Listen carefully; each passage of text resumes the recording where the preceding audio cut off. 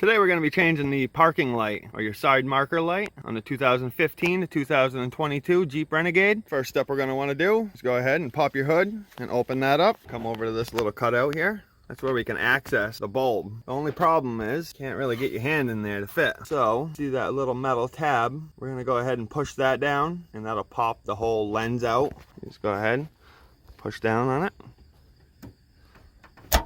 And push it out, and you can see the lens has popped out. Just go ahead and grab it, lift up a little bit. The harness doesn't want to come out, so if you just follow the wire back, you might have to give it some slack. It might be stuck down here.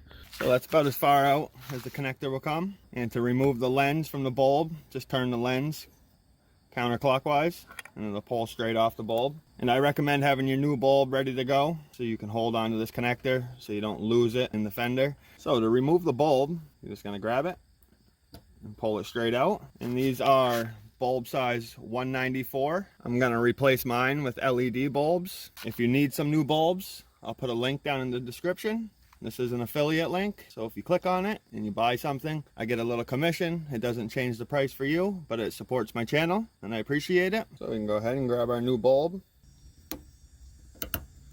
Push it into place. If you look on the back of the lens here, you can see these two notches.